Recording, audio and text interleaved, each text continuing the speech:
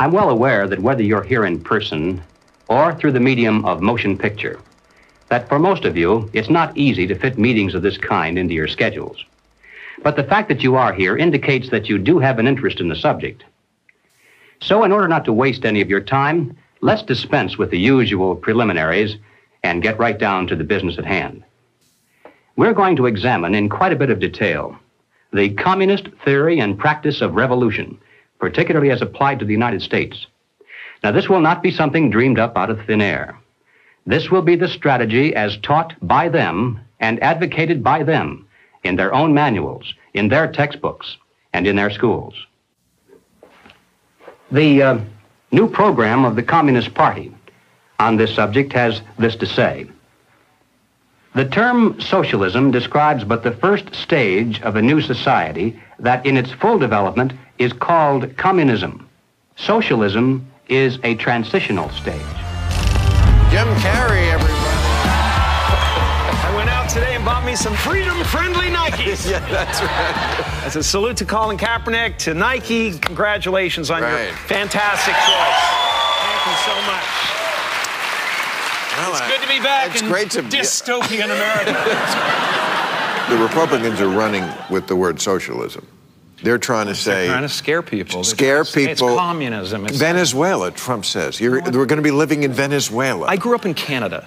I'm here to tell you that this bullshit line that you get on all of the political shows from people is that it's a failure. The system is a failure in Canada. It is not a failure in Canada. I never waited for anything in my life. I chose my own doctors. My mother never paid for a prescription.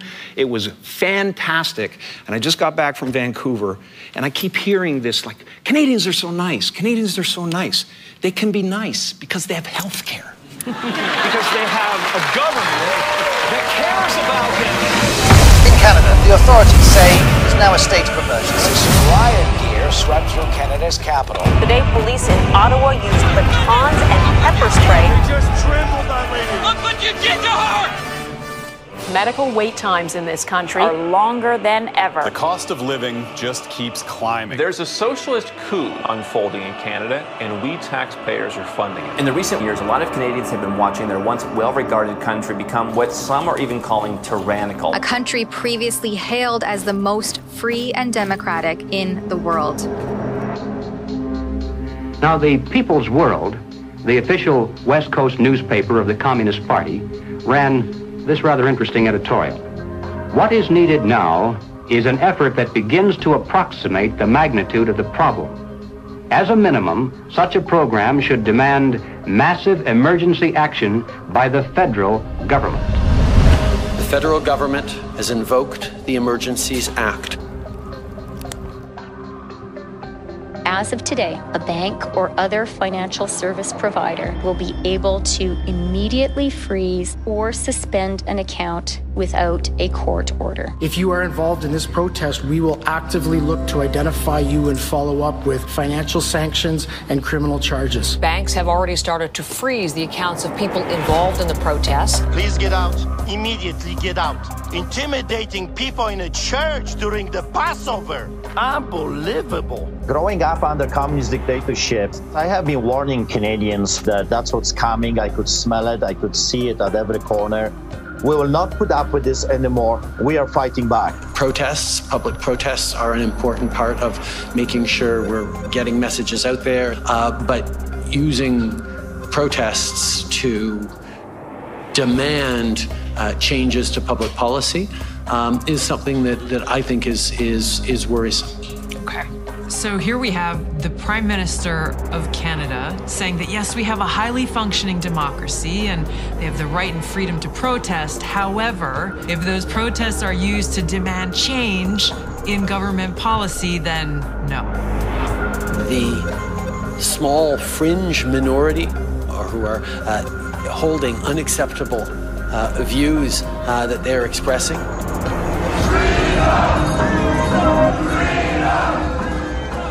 Do not represent the views of Canadians who know that following the science and stepping up to protect each other is the best way to continue to ensure our freedoms, our rights, our values as a country.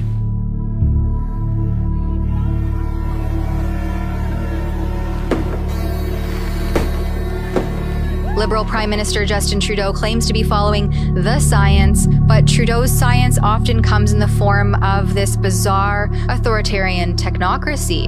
I think that Justin Trudeau stepped on the landmine when he weaponized the banking system in Canada against the truckers.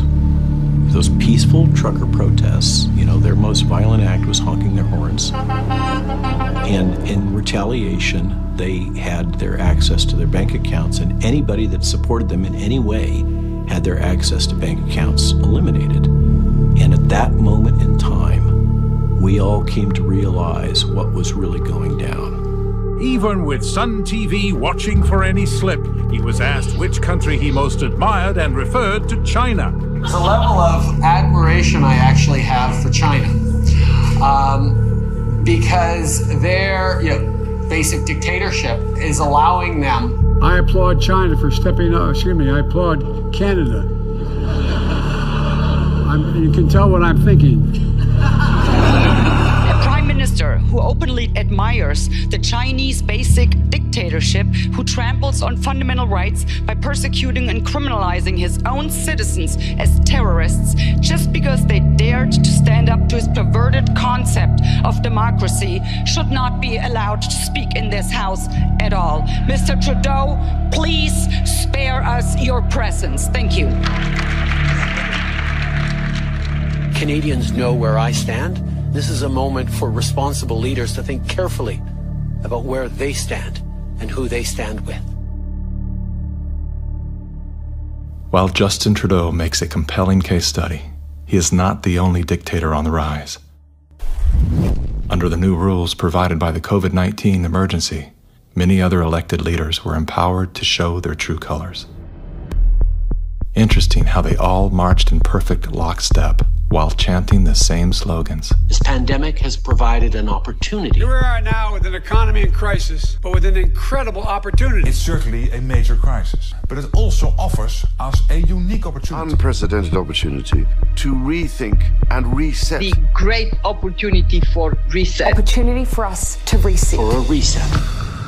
It's almost as if they all attended the same school of thought and studied under the same professor.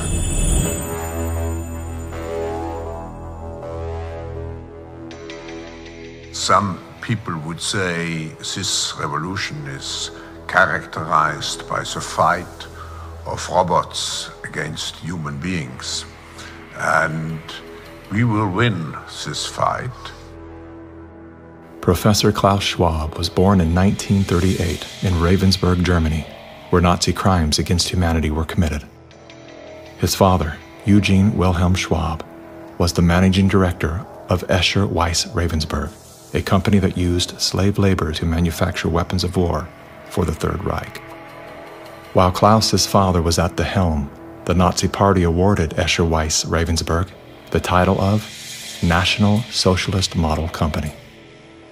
Years later, Klaus Schwab joined the board of directors at Escher Weiss Ravensburg, where he played a key role in the development of South Africa's nuclear weapons program during the darkest years of the racist apartheid regime. Today, Klaus Schwab is the founder and executive chairman of the World Economic Forum. If you'd like to meet the people who are supposed to repair the state of the world, or give a piece of your mind to the bankers who helped get us into this mess, we can tell you where to find a lot of them. The World Economic Forum. Founded in 1971, the World Economic Forum is an international private organization which receives billions of tax-free dollars from its members and their global enterprises. Every year, the WEF brings together its members with world leaders, big pharma executives, tech titans, Hollywood celebrities, media personalities, and internet influencers to meet in the secluded mountains of Davos, Switzerland. It is a tiny town folded into the Swiss Alps, a village where you could bump into Bill Clinton, Bill Gates, the head of Google, and the Queen of Jordan, all in one place. A lot of reporters cover the forum, but few get inside. It turns out there are two Davoses, one you see and one you don't. After hours, there are hundreds of private parties where deals are done. People who can't be seen together in public can meet here. Your Royal Highnesses, Excellencies, distinguished heads of state and government, the future is built by us, by a powerful community as you here in this room. Klaus Schwab, the founder of the WEF, is particularly upfront and even proud of his ability to shape and influence world politics.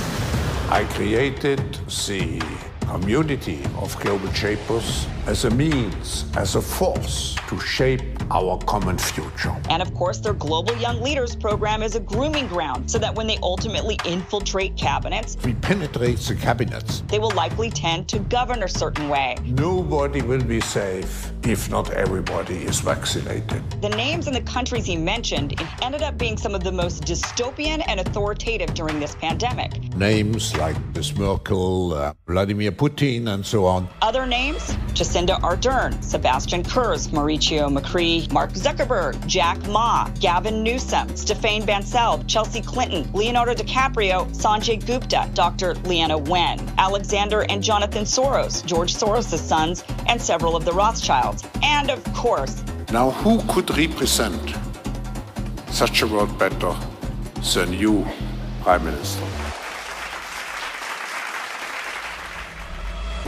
In 2014, Klaus Schwab called for the Great Reset, We need a great reset.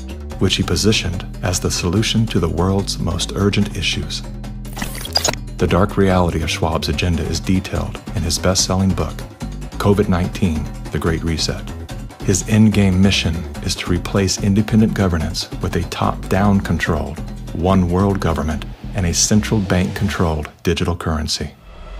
When they say, you'll be happy, what they mean is, you'll be enslaved.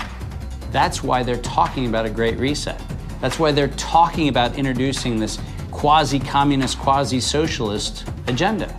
They know we've run the course where we cannot continue down the path of the ever-increasing indebtedness because we have a generation that quite literally cannot afford to buy a house. Millions of Americans are priced out of buying a home.